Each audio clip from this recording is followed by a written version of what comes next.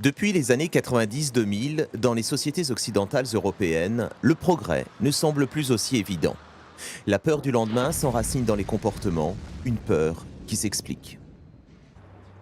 Au cœur du débat, il y a une crise économique qui ne permet plus à la société de trouver ses cohérences ou de retrouver ses cohérences initiales.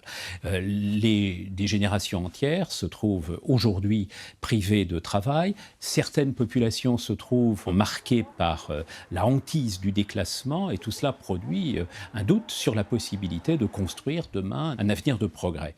C'est une première raison qui touche finalement à notre société même. Il y en a une seconde qui vient de la situation internationale, la globalisation qui rend les États plus impotents dans leur capacité de réguler la société, mais aussi des flots, des flux d'immigration qui rendent la société plus incertaine quant à ses enracinements culturels. Et on a là toute une série de causes multiples, diversifiées, mais qui peuvent expliquer pourquoi les repères qui caractérisaient hier encore nos sociétés sont aujourd'hui de manière plus en plus nette fragilisés.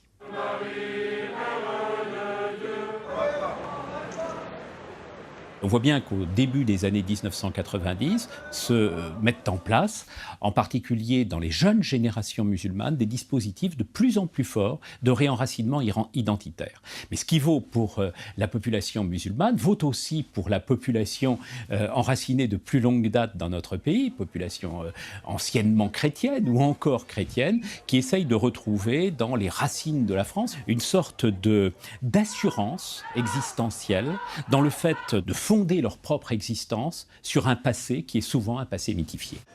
Et dans le même temps, certains musulmans en France cristallisent les peurs. Au début des années 1990, la population française de souche, j'ajoute là aussi, faute de mieux, des guillemets nombreux, ne ressent pas une incompatibilité entre l'islam d'un côté et les principes ou les valeurs de la République de l'autre. Les choses évoluent à la faveur essentiellement de l'approfondissement de la crise économique et aussi de la multiplication des attentats sur le sol français, des attentats qui sont souvent d'ailleurs produits par de jeunes Français qui ont été élevés dans l'école même de la République. Et l'on voit bien que tout au long des années 1990-2000, le sentiment d'hostilité à l'égard d'un islam auquel on identifie les musulmans, que ce sentiment d'hostilité ne cesse de gagner en profondeur, ne cesse de gagner en épaisseur. Plus largement aujourd'hui, la gestion quotidienne des différences culturelles et religieuses se pose donc à toute la société française.